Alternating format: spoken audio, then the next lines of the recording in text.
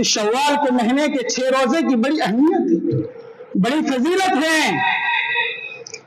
6 रोजे अगर आप रमजान का महीना का रोजा रखते हैं और उसके बाद फिर आप शव्वाल के 6 रोजे रख लेते हैं तो पूरे 1 साल के रोजे रखने का सवाब आपके नामा अमाल में दर्ज किया जाता है।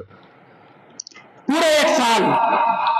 ये बात अपनी तरफ से नहीं बताई जा रही है, शाहनवाज करीम अपनी तरफ से नहीं बता रहा है, बल्कि इमाम कायनात जनाब मोहम्मद रसूलुल्लाह सल्लल्लाहु अलैहि वसल्लम का फरमान है, मन साम रमज़ान सुम्मा अतबाहु सित्तम मिन शव्वाल कान कसियाम अद-दहर, रवाहु मुस्लिम। मुस्लिम शरीफ की यह हदीस है। मेरे भाइयों, मन साम रमज़ान, जिसने रमजान के रोजे रखे, सुम्मा अतबाहु सित्तम मिन शव्वाल, फिर शव्वाल के 6 रोजे रखे, कान कसियाम अद-दहर, तो गोया कि उसने पूरे जमाने का रोजा रखा। दहर से मुराद क्या है मेरे भाइयों? इस रमजान के आइंदा रमजान आने से पहले के हिस्से को दहर कहा गया है, जमाना। मेरे भाइयों, यानी पूरे साल के रोजे रखने का सवाब आपके नामा अमाल में दर्ज किया जाता है।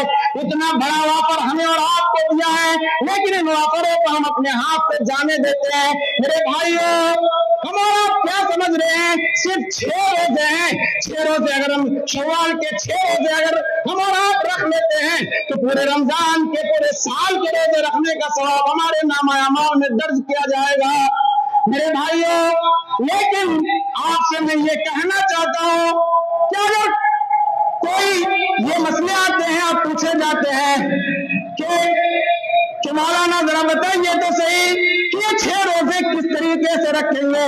क्या तय दर पे रखेंगे, लगातार रखेंगे, या पूरे महीने में 6 रोजे रखेंगे? मेरे भाइयों, जरा कान खोल कर सुन लीजिए, आपके इख्तियार में है।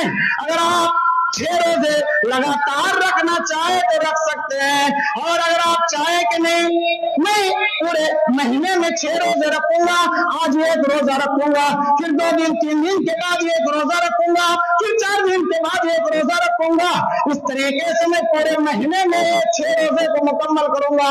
कोई हरज और मजायका की बात नहीं है, आप रख सकते हैं। मेरे भाई, आपके इख्तियार में है, चाहे पैदल पे रखें या अलग अलग करके रखें, आपके इख्तियार में है कि 6 रोजे आप छोड़ के भी रख सकते हैं और लगातार भी रख सकते हैं। मेरे भाइयों, इस 6 रोजे की बड़ी अहमियत है, बड़ी फजीलत है। इस मसले पे और एक बात सुन लीजिए,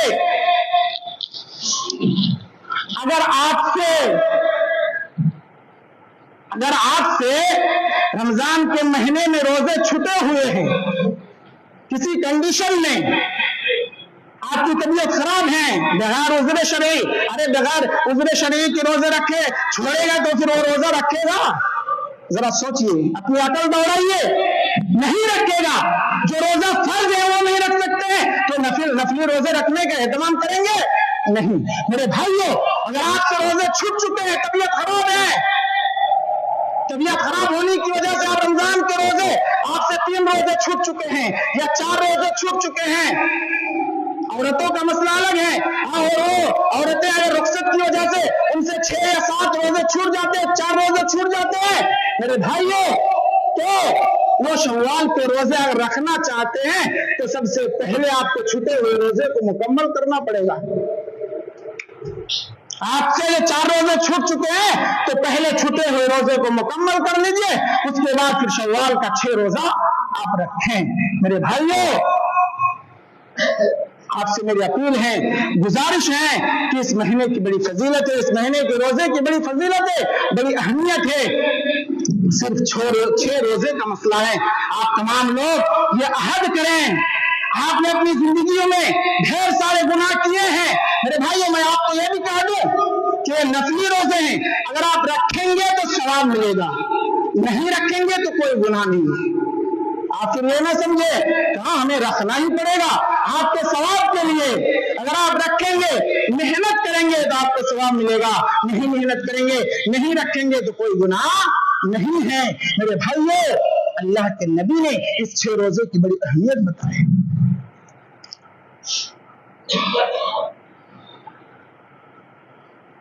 इस्लाम की बुनियाद 5 चीजों पर रखी गई है।